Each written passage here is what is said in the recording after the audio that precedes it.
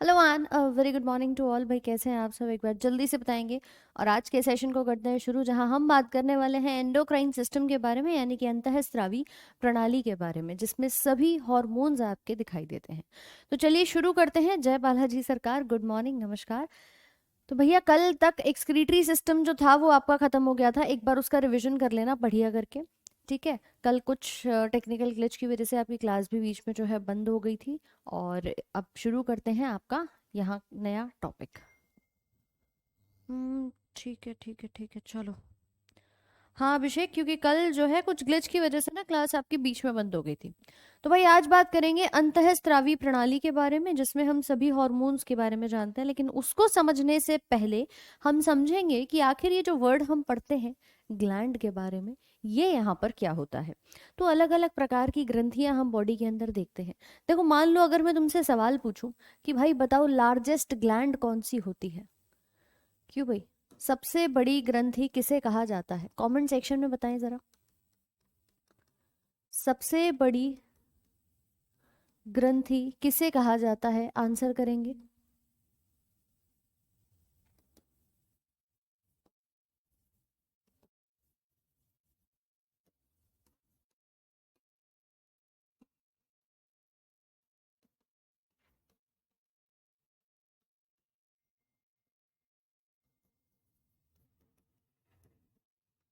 तो पहले सवाल का उत्तर जो है कि सबसे बड़ी ग्रंथि, यहाँ पर कल क्लास क्यों रुक गई थी, आ जाओ एक बार सभी। कल वाली जो क्लास है, ठीक है, कल वाली जो क्लास है वो आपका कुछ ग्लिच हो गया था, तो बीच में ही बंद हो गई थी, जिस वजह से दोबारा से वो स्टार्ट नहीं हो पाई थी। और अब उस टॉपिक को यहाँ पर हम शुरू करते हैं। आंसर लगा रहे हैं लिवर। आपसे पूछ रहे हैं सबसे बड़ी ग्रंथि।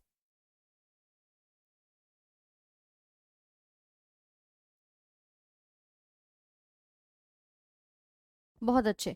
तो आपका आंसर आ रहा है कि मैम यहाँ पर होना चाहिए लिवर। शरीर में बहुत सारी अलग अलग ग्रंथियां हैं, हमने पाचन तंत्र भी पढ़ा। तो हमने पढ़ा था कि भैया यकृत क्या होती है, सबसे बड़ी ग्रंथि होती है। लेकिन अगर मैं सवाल बदल दूं, मैं तुमसे पूछूं सबसे बड़ी अंतःस्रावी ग्रंथि कौन सी है, तो वहां आंसर चेंज हो जाता है। वहां हमारा आंसर लिवर नहीं रहता। हम बात करते हैं थायराइड ग्लैंड के बारे में। तो आखिरकार ये अंतर जो हमें दिख रहा है, ये क्यों दिखाई दे रहा है।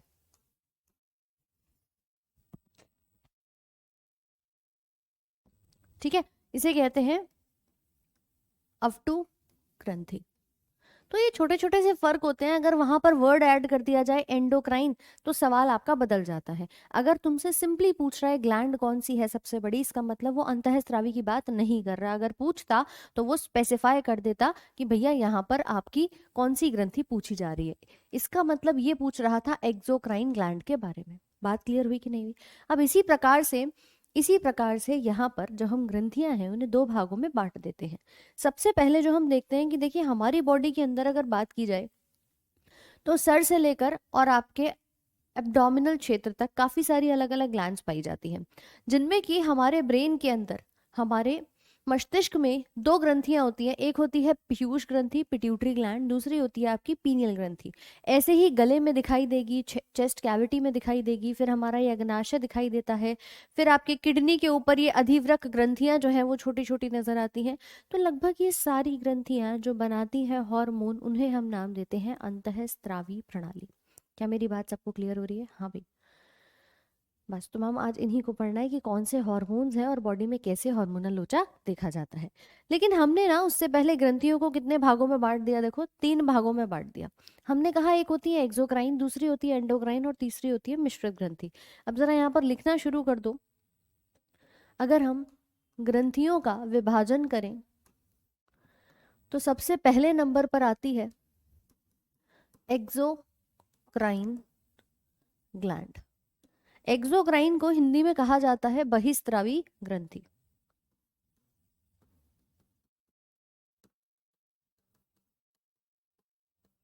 बहिस्रावी ग्रंथि। ये बहिस्रावी ग्रंथि क्या करती हैं, दे सिक्रीट जूस। यह रस का स्त्राव करती हैं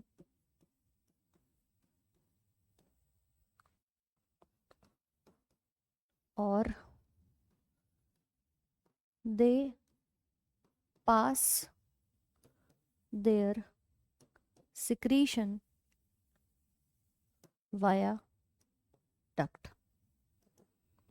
यह अपने स्राव को वाहिका के द्वारा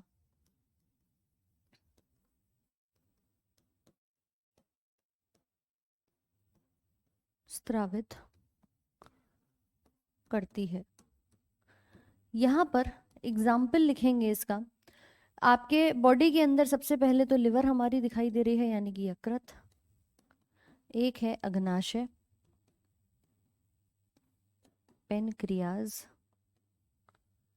ऐसे ही हमारी स्वेट ग्लैंड्स,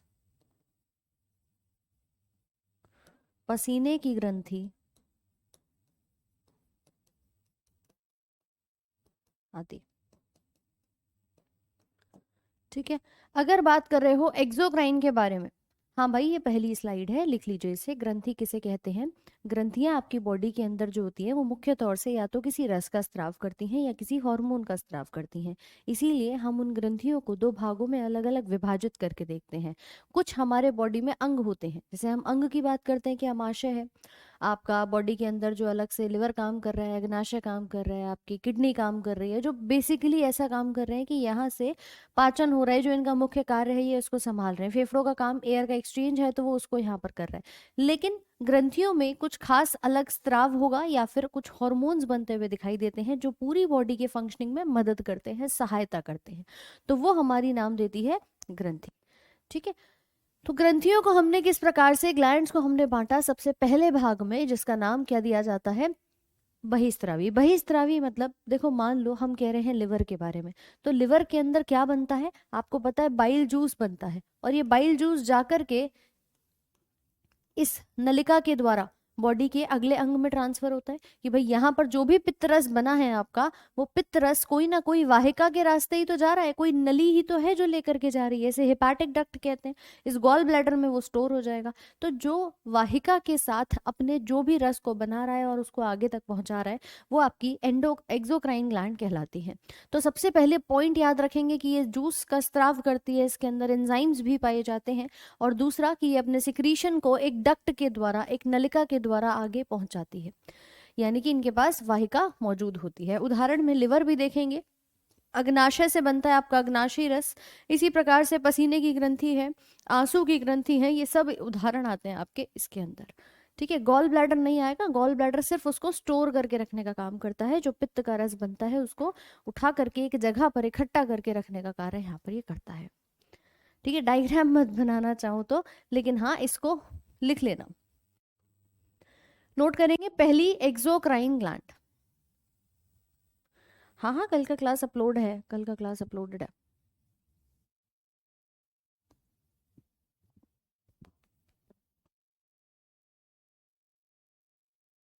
चलो क्लियर है यहाँ तक?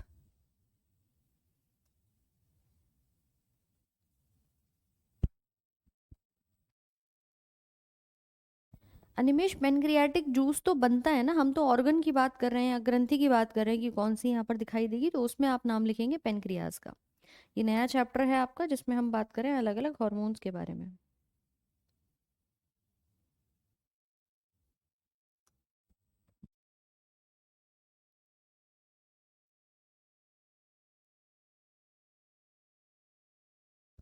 चलिए आगे बढ़ते हैं।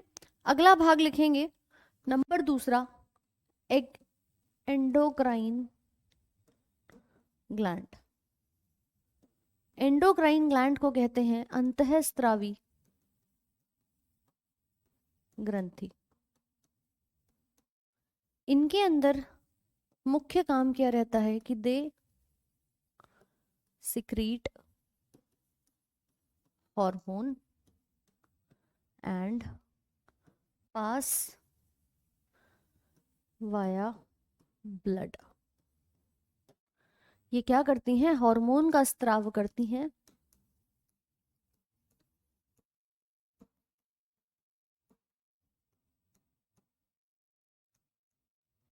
व रुधिर तक पहुंचाती है। अभी ये क्या करती है, डायरेक्टली पास कर देती है अपने जो भी हॉर्मोन्स बने हैं उनको ब्लड में। इसका मतलब यहाँ पर क्या नहीं होगा, यहाँ पर आपकी कोई भी वाहिका उपस्थित नहीं होती। मतलब मैं ये नहीं कह सकती कि भाई आपके बॉडी में ये अगर कोई ग्रंथि है तो इस ग्रंथि से, इसको समझो जरा यहाँ पर, ये मान लीजिए कि आपकी थायराइड ग्लैंड है, ठीक है। तो इस थायराइड ग्लैंड ने जो भी सिक्रीशन बनाया होगा, जो भी हार्मोन बनाए होंगे ना, वो इसके चारों तरफ एक आपकी ब्लड वेसल घूम रही है, एक आपकी रक्त वाहिका घूम रही है। वो सीधे सीधे इस रक्त वाहिका के अंदर, या मैं कहूँ इस ब्लड के अंदर, क्या करती है, अपने हॉर्मोन्स को पहुंचा देती है। ये नहीं है कि यहाँ से कोई एक नली निकल रही होगी जो लेकर के जा रही होगी, नली नहीं निकलती। वो डायरेक्टली कहाँ पहुंचा देती है, अपने इस ब्लड के अंदर पहुंचा देती है। तो डायरेक्ट अपने ब्लड के रास्ते अपने हॉर्मोन्स को ये क्या करती है, भेज देती है। तो आप लिख सकते हैं दे आर डक्टलेस, मतलब ये वाहिका रहित होते हैं।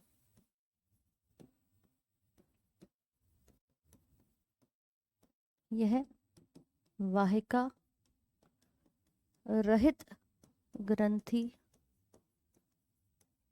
होती है। इसका उदाहरण आप लिखेंगे थायराइड ग्लैंड, ठीक है, अफ्टू ग्रंथि हो गई, फिर आपकी पिट्यूटरी ग्रंथि आती है, पीयूष ग्रंथि है, पीनियल है, बहुत सारी ऐसी ग्रंथियां आपको दिखाई देंगी। फिर आपका पेनक्रियाज भी यहीं आता है, अग्नाशय। तो ये सभी उदाहरण हमारे एंडोक्राइन ग्लैंड के देखे जाते हैं। हाँ अमन, न्यू चैप्टर है, चलिए। वॉइस में कोई प्रॉब्लम किसी को?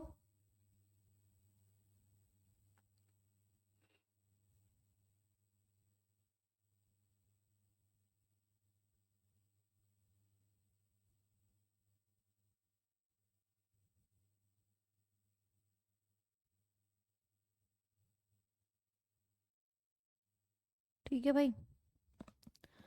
प्लेलिस्ट यार मैंने, चलो एक बार और मैं आज बात करती हूँ, प्लेलिस्ट के लिए कल ही बोला है, और देखते हैं इसको आज ठीक कराते हैं पूरी, ठीक है।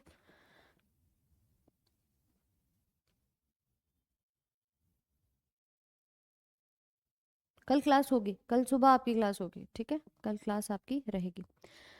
एंडोक्राइन ग्लैंड्स की बात करें तो एंडोक्राइन ग्लैंड्स समझ में आया सभी को कि मैडम ये किस प्रकार से हमारी बॉडी में क्या बना रहे हैं। तो मेन बात यहाँ पर क्या है कि ये हॉर्मोन्स का स्त्राव करती है और डायरेक्टली उसको ब्लड में पहुंचा देती है। इसका मतलब ये डक्टलेस कहे जाते हैं। तो कई बार ये भी सवाल आता है कि कौन सी ग्रंथि, डक्टलेस ग्रंथि यहाँ पर कही जाएगी, ठीक।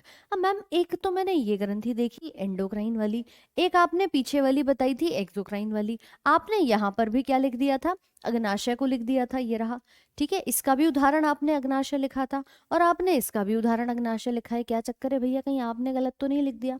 एक्चुअली में ये अग्नाशय दोनों की तरह काम करती है, यानी कि ये अंतःस्रावी भी है और आपकी बहिस्रावी भी दिखाई देती है। तो जो हमारी तीसरी कैटेगरी बनती है ना, उसमें हम बात करते हैं आपके मिश्रित ग्रंथि के बारे में।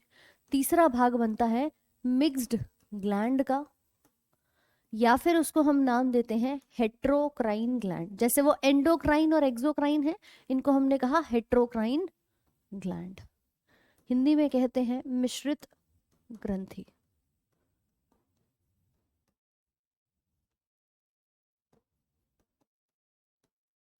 ठीक है, मिश्रित ग्रंथि। तो इनका काम क्या होगा कि they release juice and hormone both, they work as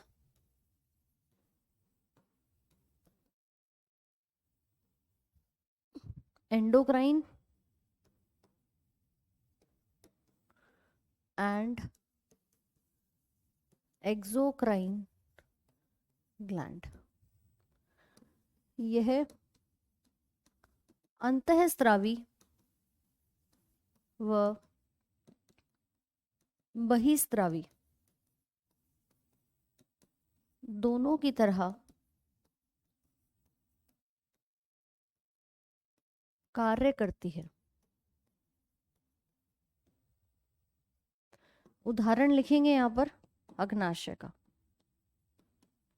अग्नाशय से अग्नाशय का रस भी बनता है और आपका हॉर्मोन्स भी बनते हुए नजर आते हैं।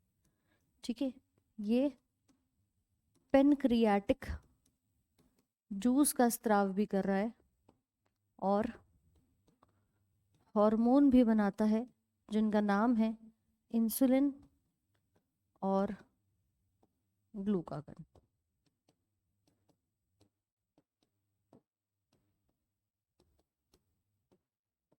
इंसुलिन व ग्लूकागन, और ये हो गया आपका अग्नाशयी रस।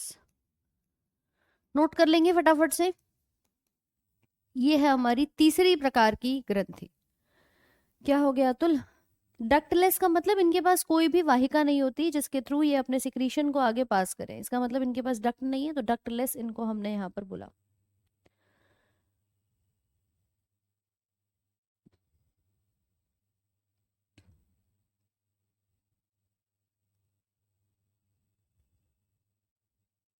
विवेक, प्रीवियस चैप्टर के एमसीक्यू की आप लोगों को प्रैक्टिस शीट जो है वो मिल जाएगी, तो आज उसको एक बार देख लेना।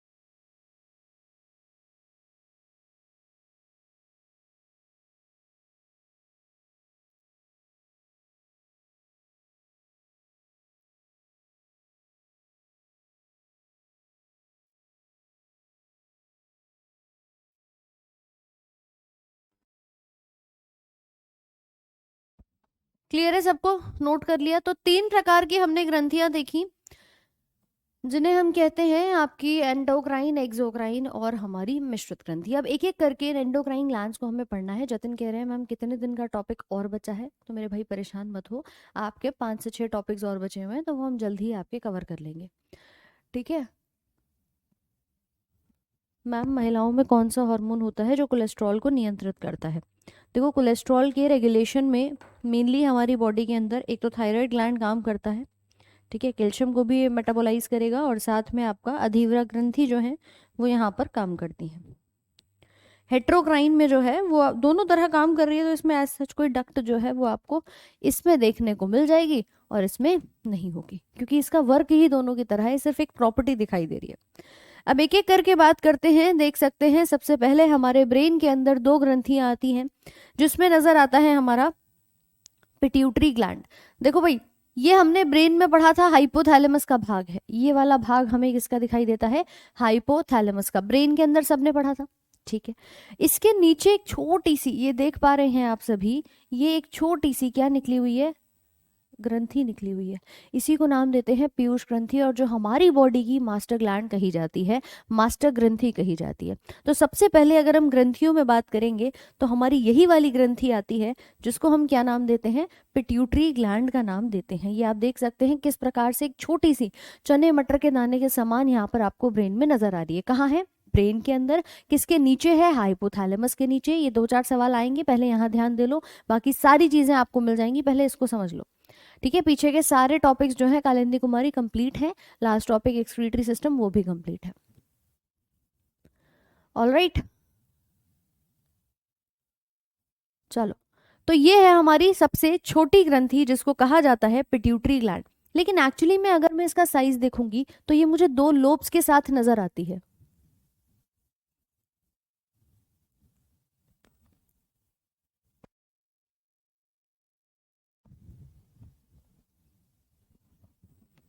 ठीक है, ये देख पा रहे हो, ये तो छोटा सा, ये तो हमें छोटा सा भाग नजर आ ही रहा है।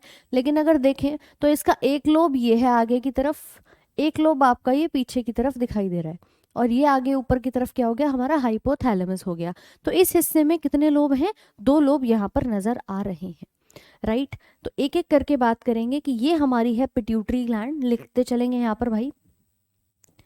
ठीक है, पिट्यूटरी ग्रंथि को कहते हैं पीयूष ग्रंथि, और ये हमारी सबसे पहली ग्रंथि यहाँ पर आपको दिखाई दे रही है, नंबर 1। इसी को, या चलो अलग से एक बार लिख लेना, पीयूष ग्रंथि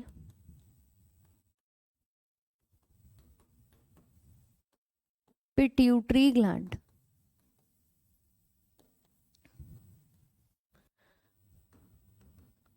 फाउंड इन ब्रेन। कहाँ पाई जाती है? मस्तिष्क में उपस्थित। इसी को हमने नाम दिया मास्टर ग्लैंड का। क्या है ये? मास्टर ग्रंथि है। सबसे छोटी अंतःस्रावी ग्रंथि पूछी जाएगी तो आप इसी का नाम लिखेंगे, स्मॉलेस्ट एंडोक्राइन ग्लैंड। सबसे छोटी अंतःस्रावी ग्रंथि। छोटी इतनी की अगर बात करी जाए इसके साइज के बारे में तो भैया मात्र 0.5 ग्राम की आपको दिखाई देती है। ठीक है, आप लिख सकते हो रेडिश पिंक कलर की, पी साइज्ड।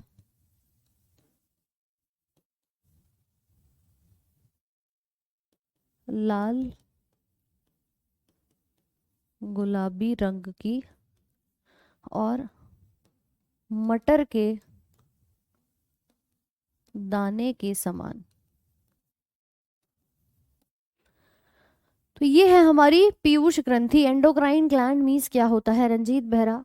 भाई तभी से यही तो बात कर रहे हैं कि जो ग्रंथियां हार्मोन बनाती हैं और जो डायरेक्टली ब्लड के अंदर अपने हार्मोन्स को भेज देती हैं, उनको किसकी ज़रूरत नहीं है? उनको किसी भी डक्ट की, वाहिका की ज़रूरत नहीं है। ठीक है, तो ये कहलाती है पीयूष ग्रंथि। इसी के अंदर से हमारे 3 लोब होते हैं। मतलब हम ये कह सकते हैं कि भैया एक इसका आगे का भाग है, एक मध्य का भाग है, एक इसके पीछे का भाग दिखाई दे रहा है। क्योंकि अगर हम इसके स्ट्रक्चर को देख रहे थे तो हमें एक स्ट्रक्चर कुछ इस प्रकार से लोब्स में बटा हुआ नजर आ रहा था।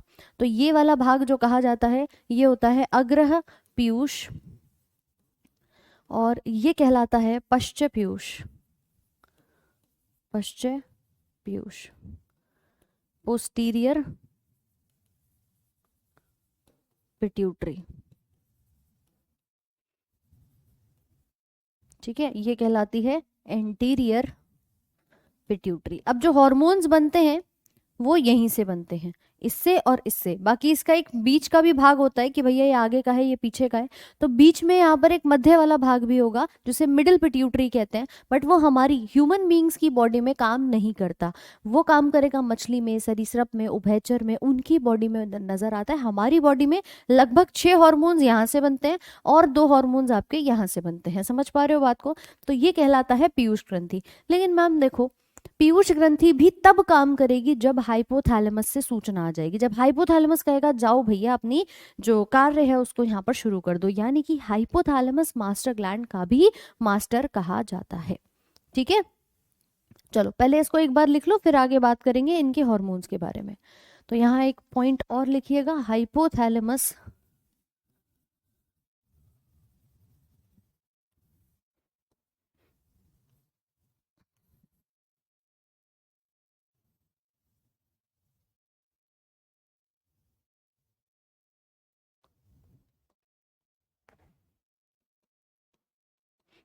हाइपोथैलेमस को मास्टर ग्रंथि का मास्टर कहा जाता है। ठीक है, मास्टर ऑफ मास्टर ग्लैंड। तो ये भी यहाँ पर नोट कर लेंगे। पिट्यूटरी ग्लैंड ग्लैंड क्या क्या? अरे अनिमेश भैया रुको जरा, अभी सारे हॉर्मोन्स के बारे में बात करेंगे। ठीक है, हाँ हाँ अतुल,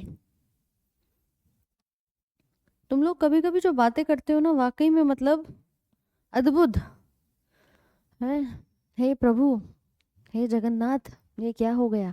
कह रहे मैम सबसे छोटी ग्रंथि का नाम बताओ। ये क्या लिखा है बताओ जरा मुझे। या तो तुम पढ़ते नहीं हो या जानबूझ कर कमेंट करते हो कि नहीं नहीं चलो क्लास को डिस्टर्ब करना शुरू कर देते हैं। सबसे छोटी ग्रंथि का नाम पूछ रहे हैं पुरुषोत्तम जी, बताओ मुझे यहाँ क्या लिखा है भाई? सबसे छोटी अंतःस्रावी ग्रंथि कौन सी है?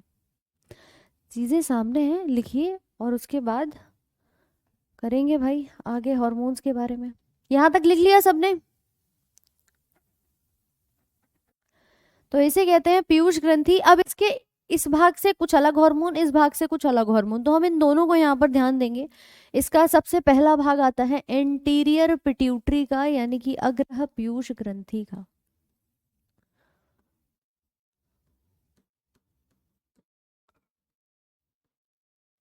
ठीक है, मैं हॉर्मोन्स तुम्हें बता दूंगी, लेकिन इसको इसी प्रकार से पहले एक फ्लो चार्ट पे हम यहाँ पर मिडिल पिट्यूटरी बोले तो मध्य पीयूष, और आपका पोस्टीरियर पिट्यूटरी,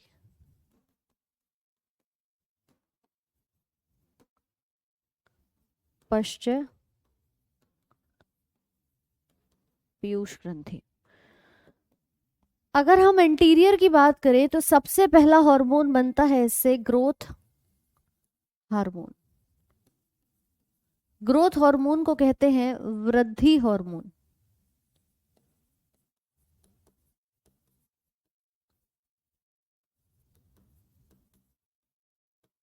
ठीक है, दूसरा आता है जिसका नाम है आपका प्रोलैक्टिन।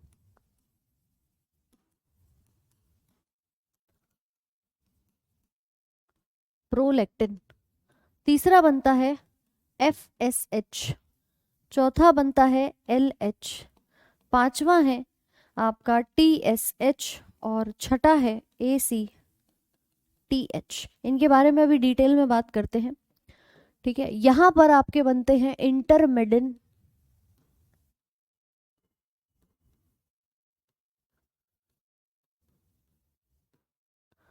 और MSH, जिसका नाम है मिलेनोसाइट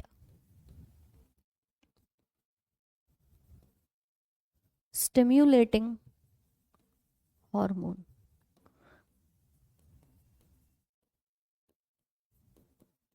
मिलेनोसाइट उत्प्रेरक हार्मोन। पहले इस फ्लो चार्ट को बना लीजिए, इसके बाद एक एक की फुल फॉर्म सब कुछ डिटेल में हम यहाँ पर लिखेंगे। पश्च पीयूष ग्रंथि की बात करें तो देखो 6 वहां से बन गए, 2 हम यहाँ से भी देखते हैं, और 2 हमारे बनते हैं जिसका नाम है ऑक्सीटोसिन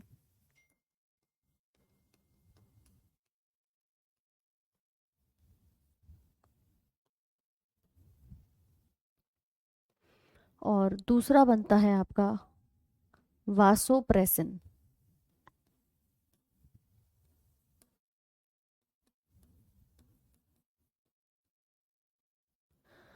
ये सारे के सारे हॉर्मोन्स हमारे कहाँ से बनते हैं? पीयूष ग्रंथि से। तो लगभग देख पा रहे हो 6 यहाँ से, 2 यहाँ से और 2 यहाँ से, कुल मिलाकर के 10 हार्मोन बनते हैं। एक एक के बारे में बात करेंगे, चार्ट बना लीजिए। ठीक है, चार्ट बना लो एक बार फटाफट से।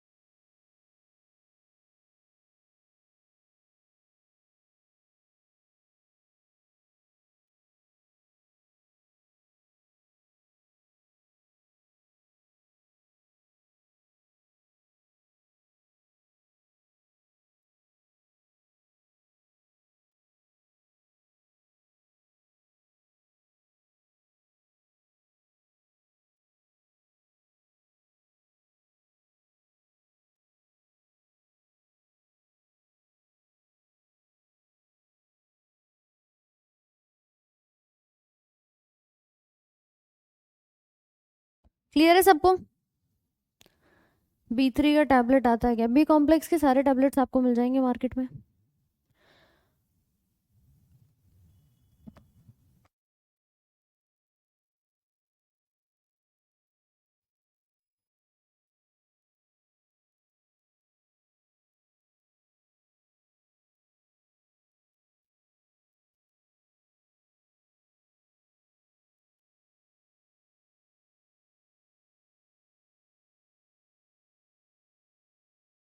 ठीक है,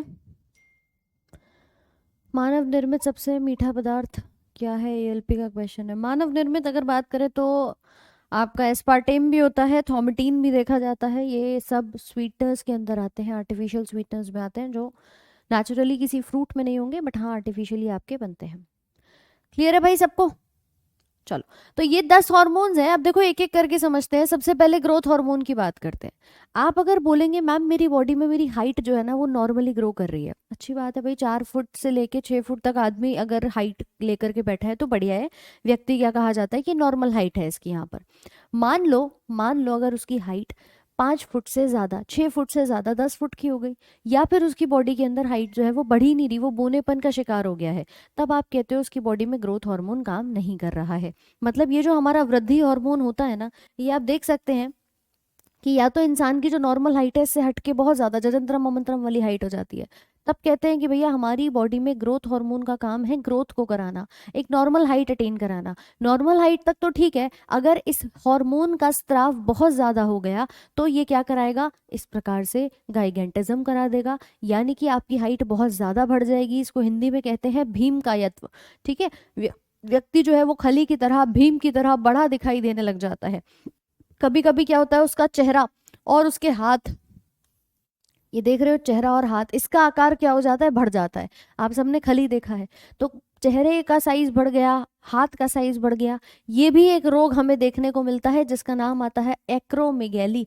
क्यों आ रहा है? क्योंकि आपका जो स्त्राव है वो यहाँ पर बढ़ रहा है। स्त्राव क्या हो रहा है, ज्यादा हो रहा है, किसका, आपके वृद्धि हार्मोन का। तो समझ पा रहे हो कि अगर हाइट बढ़ रही है बहुत ज्यादा, अगर चेहरा इस प्रकार से बड़ा हो रहा है, आपका हाथ बड़ा होता जा रहा है, तो इसको हम कहते हैं कि आपके वृद्धि हार्मोन का स्त्राव बहुत ज्यादा है। लेकिन मान लो कि अगर इसका स्त्राव बन ही नहीं रहा, मैडम ये हार्मोन हमारी बॉडी में बना ही नहीं रही है, बॉडी में भी कहाँ से बनता है, पीयूष ग्रंथि से, तब आप देखते हो कि व्यक्ति क्या रह जाता है, बोना रह जाता है। आप इनकी हाइट देख सकते हैं, बच्चों से भी कम दिखाई दे रही है। ठीक है अंजलि, ऑफ डे सैटरडे होता है, ठीक है, अदरवाइज आपकी रेगुलर क्लास चल रही है, बाकी अब तो लगातार ही क्लास चल रही है, ऑफ संडे के अलावा कुछ और है ही नहीं।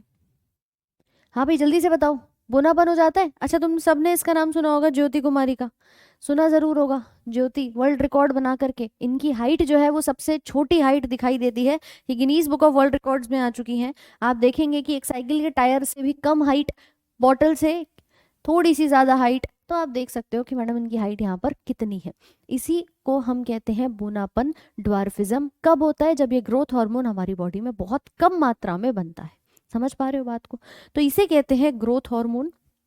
ठीक है, पहला वाला हार्मोन जिसकी हमने बात करी थी, वृद्धि हार्मोन, ये नॉर्मली तो हाइट को रेगुलेट करता है, regulate height of a person,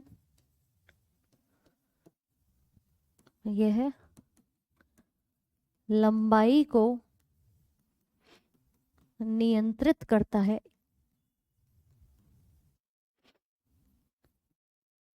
अगर इसका ज्यादा स्त्राव हो जाएगा, यानी कि हाइपर सिक्रीशन, तो रोग बनता है गाइगेंटिज्म। ठीक है, कहते हैं भीम कायत्व, एक्रोमेगैली।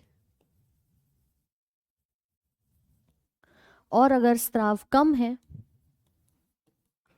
तो बोनापन दिखाई देता है, इंग्लिश में इसको कहते हैं हाइपोसिक्रीशन, ड्वार्फिज्म।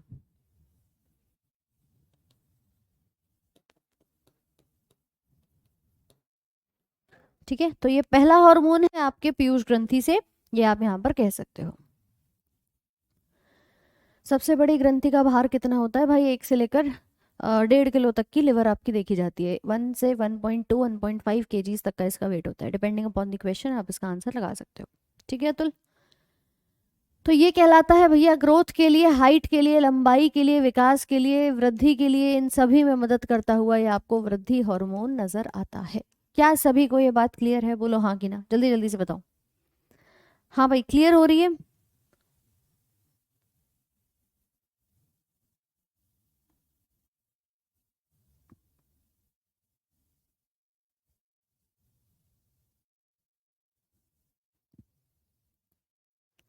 बढ़े आगे।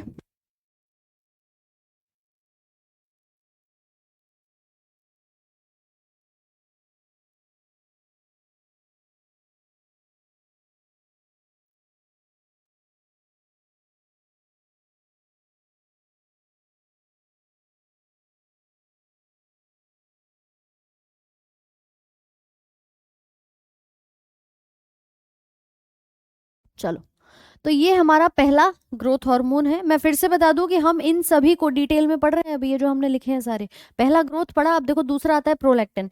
तो प्रोलैक्टिन का जो मेन काम होता है ना, वो बॉडी के अंदर क्या करना होता है, it helps in milk production from the mammary gland. ठीक है, ये स्तन ग्रंथियों से किस में मदद कराता है, दुग्ध उत्पादन में मदद कराता है। यह स्तन ग्रंथि से दुग्ध उत्पादन में मदद करता है। ठीक है, सो प्रोलैक्टिन से याद रखेंगे कि ये क्या काम कर रहा है, ये मिल्क प्रोडक्शन में, मिल्क सिक्रीशन में यहाँ पर हेल्प यहाँ पर कर रहा होगा। तो दूसरा है प्रोलैक्टिन, पहला पढ़ा ग्रोथ हार्मोन, नोट कर लेंगे इसके बारे में और फिर अगली पे बात करते हैं। ठीक है भाई, ये 3 ग्लैंड कहाँ होते हैं, ये सारे ब्रेन के अंदर हैं। अगर हम बात कर रहे हैं पीयूष ग्रंथि के बारे में, तो पीयूष के 3 भाग हैं, अग्रह पीयूष, मध्य पीयूष और आपका पश्च पीयूष। मध्य वाला इंसानों के अंदर नहीं होता, बट हमने फिर भी लिख लिया है कि अगर किसी आपके मछली में, सरीसृप में पूछ लिया जाए तो आप बता सकते हैं। ठीक है, सो इसे कहेंगे प्रोलैक्टिन। प्रोलैक्टिन के बाद जो अगला आता है उसको हम नाम देते हैं ACTH। ACTH का नाम है एड्रीनो कॉर्टिकोट्रोपिक हार्मोन, यानी कि आपका जो अधिवृक्क ग्रंथि होती हैं हमारे, किडनी जो पाई जाती हैं, देखिए इधर किडनी के ऊपर ना कुछ ऐसे ग्रंथियां लगी होती हैं, इन्हें कहते हैं अधिवृक्क ग्रंथि। ये अभी हम आगे पढ़ेंगे, एड्रीनल ग्लैंड। तो इन ग्रंथियों को जाकर के सूचना देता है, कहता है जाओ भैया अपना काम शुरू करो। दरअसल ये मास्टर, इसीलिए मास्टर का काम क्या होता है कि भैया जाओ सबसे अपना अपना काम करवाना शुरू करवा दो। तो अब ये ब्रेन आपके थायराइड ग्लैंड को कहेगा अपना काम शुरू कराओ, एड्रीनल से कहेगा जाओ भैया अपना काम शुरू कराओ। तो बॉडी में नीचे जितने भी हॉर्मोन्स है ना, उनको बनाने के लिए ऑर्डर देना शुरू कर देता है अलग अलग अंगों को। ठीक है भाई, तो हम बात कर रहे हैं ACTH के बारे में। एड्रीनो कॉर्टिकोट्रोपिक इसका नाम होता है। एड्रीनो कॉर्टिकोट्रोपिक हार्मोन आपके अधिवृक्क ग्रंथि से जितने भी स्टेरॉइड हार्मोन्स बनने हैं उनको जारी करने के लिए यहाँ पर नियंत्रित करता है। और साथ साथ में ये मिलानिन नाम का एक वर्णक होता है जो रंग के लिए आपका जिम्मेदार होता है, कि आपका स्किन का कलर फेयर है, डार्क है, उसके लिए रिस्पॉन्सिबल होता है। तो मिलानिक वर्णक को भी यहाँ पर नियंत्रित करता है। याद रखना, अगर मिलानिन की मात्रा ज्यादा है तो आपकी स्किन का कलर डार्क होगा, और अगर मेलानिन कम है तो स्किन का कलर फेयर दिखाई देता है। कहते हैं ना गोरा गोरा रंग दिखाई देता है, तो वो इसी वजह से। तो लिख लो इसको एक बार, इसे कहते हैं ACTH। क्लियर है, इसे कहा जाता है ACTH।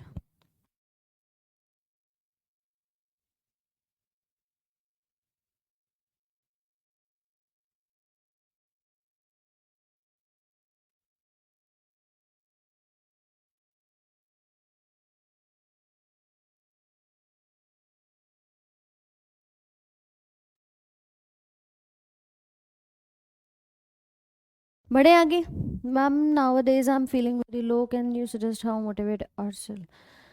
अंजलि बच्चे देखो, लाइफ में ना सर्कमस्टांसेस होते हैं बहुत सारे, कभी खुशी कभी गम वाली कहानी है। तो कभी भी ये मत सोचना कि मैम लो फील कर रहे हैं। अरे यार देखो, आज अगर वक्त सही नहीं है तो मेहनत जारी रखना, एक काम को ज़रूर रखना आपने, कल वक्त तुम्हारा ही होगा और निश्चित तौर पे बहुत अच्छा होगा। हर दिन एक जैसा नहीं होता ना, तो इसीलिए कभी कभी हमें अच्छा नहीं लगता, कभी कभी लगता है नहीं यार, तैयारी के दौरान ये चीज़ें बहुत स्टूडेंट्स फेस करते हैं कि डिप्रेशन हो रहा है, एनजाइटी हो रही है, पढ़ रहा हूँ रिवीजन नहीं हो रहा। कभी भी अगर ऐसी चीज़ें मन में आती हैं तो भले ही आप चाहते हैं तो कम से कम आधे दिन का, एक दिन का पॉज ले लो, रुक जाओ, एक दिन बिल्कुल खुद को दो, बिल्कुल मत पढ़ो। अगर कभी भी ऐसा बहुत ज़्यादा दिमाग में लग रहा है तो प्रेशर के साथ ज़िंदगी में कभी कोई काम मत करना, चाहे वो पढ़ाई हो, तैयारी हो, या कुछ भी अन्य काम आप लाइफ में कर रहे हो।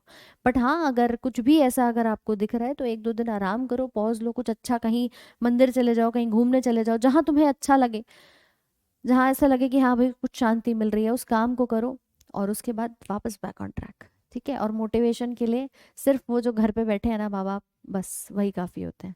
तो इसीलिए कुछ कुछ और नहीं सोचना है, बस इतना सोचना है कि भैया हमें एग्जाम निकालना है, ठीक है आज नहीं मन कर रहा है यार, हर दिन एक जैसा नहीं होता, आज नहीं है मूड नहीं पड़ रहा है, क्यों स्ट्रेस लेके पढ़ना है, मैं कभी स्ट्रेस लेके नहीं पढ़ी आज तक भाई, देखो नहीं है मन तो एक दिन बिल्कुल खत्म कर दिया, आज नहीं पढ़ूंगी, बिल्कुल नहीं पढ़ूंगी, घूमने चले जाओ कहीं भी चले जाओ, लेकिन अगले दिन से फिर वापस उसी जुनून के साथ कि वो जो वक्त किया है ना खराब उसको दोबारा से कंपनसेट कर लें। तो बिना स्ट्रेस के पढ़ना है जीवन में, लो कभी भी फील नहीं करना है। हाइट इंक्रीज और डिक्रीज होना डिपेंड करता है ग्रोथ हार्मोन पे, बिल्कुल मेरे भाई।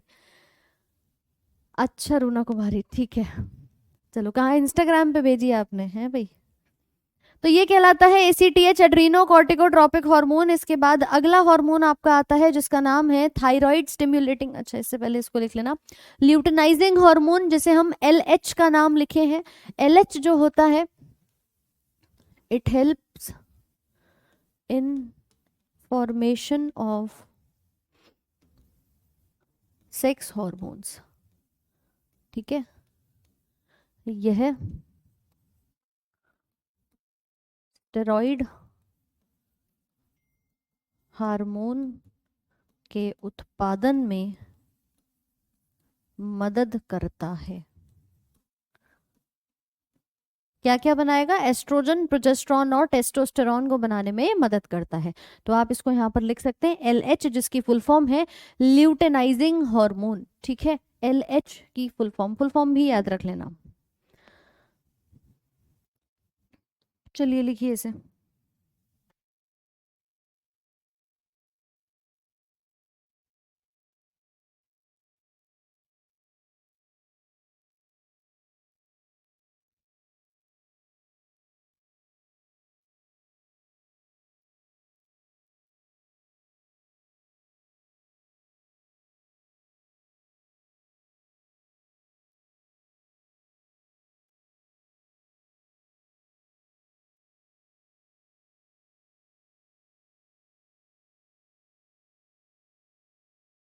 क्लियर है सबको। ल्यूटनाइजिंग हार्मोन के बाद अगला आता है जिसका नाम है थायराइड उत्तेजक हार्मोन या थायराइड उत्प्रेरक हार्मोन। ये यहाँ पर आपका देखा जाता है थायराइड स्टिमुलेटिंग हार्मोन की। भैया देखो गले में बैठी है एक थायराइड ग्रंथि और उससे जाकर के क्या कहता है, अच्छा अच्छा तुम हो थायराइड ग्रंथि, तो भैया तुम जो है वो अपने जल्दी जल्दी से हार्मोन्स को बनाना शुरू कर दो। तो ब्रेन से आदेश कहाँ गया, गले में, गले में क्या है, थायराइड ग्रंथि, उसने कहा जाओ अपने हार्मोन को बनाओ। तो ये स्टिम्युलेट करता है ताकि अपना हार्मोन थायरोक्सिन यहाँ पर बना सके। तो लिख सकते हैं थायराइड ग्रंथि को थायरोक्सिन स्रावित करने के लिए क्या करता है, उत्तेजित यहाँ पर करता है। क्लियर है सबको कि नहीं। मछली पालन का अध्ययन किसके अंतर्गत करते हैं, मछली पालन जो होता है उसे फिशरीज कहते हैं। और ये सभी हमारे विज्ञान की ही एक शाखा है जिसमें हम एंटोमोलॉजी को डेयरी फिशिंग फार्मिंग इन सभी के अंदर देखते हैं, इन सभी के साथ देखते हैं, ठीक है। चलो भाई लिख लो एक बार जल्दी से। चलिए इंस्टा आईडी भाई मेरे ही नाम से है, राधिका मैम साइंस के नाम से, स्टडीफाई के नाम से, ठीक है। स्टेरॉइड हार्मोन मतलब सेक्स हार्मोन्स होते हैं, एस्ट्रोजन, प्रोजेस्टेरॉन और आपका टेस्टोस्टेरॉन जो मेल्स और फीमेल्स के अंदर बनते हैं। तो लिख लेंगे थायराइड उत्तेजक हार्मोन। इसके बाद जो अगला आता है उसको हम नाम क्या देते हैं, उसको कहते हैं एफएसएच यानी कि फॉलिकल उत्तेजक हार्मोन। तो यहाँ तक लिख लियो सभी। लोको पायलट का तैयारी करें मैम। देखो लोको पायलट की क्लासेस जो है वो आपके यूट्यूब पे तो चली रही है प्रीवियस ईयर क्वेश्चन के आधार पे। बाकी ये जो बैच है, ये जो हम यहाँ पर पढ़ रहे हैं, ये सभी चीज़ें आपको मदद करने वाली हैं आपके एलपी के अंदर भी। तो ये जो स्पेशल साइंस है ना, ये आपका यहाँ पर मदद करेगा। चलिए एक्वाकल्चर पिसीकल्चर दोनों अलग अलग होते हैं, एक आपका मेराइन फिशेस के लिए होता है और दूसरा आपका जो नॉर्मल वाटर में फिशेस दिखाई देती हैं उनके लिए होता है। ये अभी सब इकोलॉजी पढ़ेंगे उसमें आएगा सारा कुछ। चलो तो इसे कहते हैं थायराइड उत्तेजक हार्मोन। मैडम ये तो बन गया, अगला क्या है, फॉलिकल उत्तेजक। फॉलिकल स्टिम्युलेटिंग हार्मोन का मतलब क्या होगा कि जितने भी गैमीट्स बनते हैं ना, मेल गैमीट अलग फीमेल गैमीट अलग, यानी कि मेल्स में स्पर्म बनेगा फीमेल्स में ओवम बनेगी, उसको बनाने का काम करेगा। तो it helps in gamete formation, ठीक है। यह युग्मज जनन में मदद करता है। किसी भी पुरुष के अंदर यानी कि मेल के अंदर बनते हैं स्पर्म, हिंदी में कहेंगे शुक्राणु। और मादा या फीमेल की बात करूं तो गैमीट बनता है ओवम। ओवम लिखा होगा या एग सेल लिखा होगा या फिर डिम्ब लिखा होगा या अंड कोशिका लिखा होगा, तो ये नाम आपके सभी समान हैं। तो इनको बनाने में मदद करता है। अगर मेल के अंदर स्पर्म बन रहा है तो इस प्रक्रिया को हम कहते हैं स्पर्मेटोजेनेसिस। स्पर्मेटोजेनेसिस यानी कि देखो कहीं पे भी वर्ड दिख जाए ना जेनेसिस, तो समझ जाना फॉर्मेशन के लिए आ रहा है। इसको आप लिख सकते हो शुक्राणु जनन, शुक्राणु जनन। और डिंब के बनने की प्रक्रिया को कहा जाता है oogenesis। ओवम से लिखेंगे ऊ और जेनेसिस यानी कि डिंब जनन इसको कहा जाता है। तो ये दो प्रक्रियाएं कहाँ होती हैं आपके, इसी हार्मोन के द्वारा, जब ये FSH बन करके तैयार होता है। ठीक है, लिखेंगे इसे। बहुत क्वेश्चंस हैं, मैं कहाँ पूछ सकता हूँ। अच्छा अतुल देखो, या तो एक काम करना, आप टेलीग्राम पे भेज देना मुझको, राधिका मैम साइंस के नाम से है, आप उस टेलीग्राम पे भेज सकते हो। बाकी एक डाउट क्लास रख लेंगे, अगर कुछ भी ऐसा रहता है तो फिर डाउट सेशन में कवर कर लेंगे। ठीक है,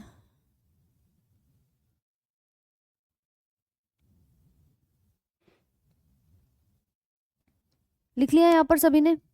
एक डाउट सेशन रख लेंगे राजेश भाई, अभी जैसे भी पॉसिबल होता है मैं आपको क्लास में अनाउंस कर दूंगी, और उस दिन फिर हम अपने जितने भी डाउट्स रहते हैं उनको आप लोग का कवर कर दिया जाएगा। तो ये आपके 6 हॉर्मोन्स थे जो कि किसके अंदर आए भाई, पिट्यूटरी ग्लैंड के अंदर। यानी कि अब तुम यहाँ पर देख सकते हो कि हमने 6 हॉर्मोन्स के बारे में लिखा था पहले वाले भाग के, पहले वाले भाग यानी कि अग्रह पीयूष के। तो ये देख रहे हो 1 से लेकर 6, ये FSH फॉलिकल उत्तेजक hormone, LH luteinising hormone, TSH thyroid stimulating और ACTH एड्रीनो कॉर्टिकोट्रोपिक हार्मोन। तो कुल मिला के हमने इन 6 हॉर्मोन्स को यहाँ पर क्या करा है, देखा है।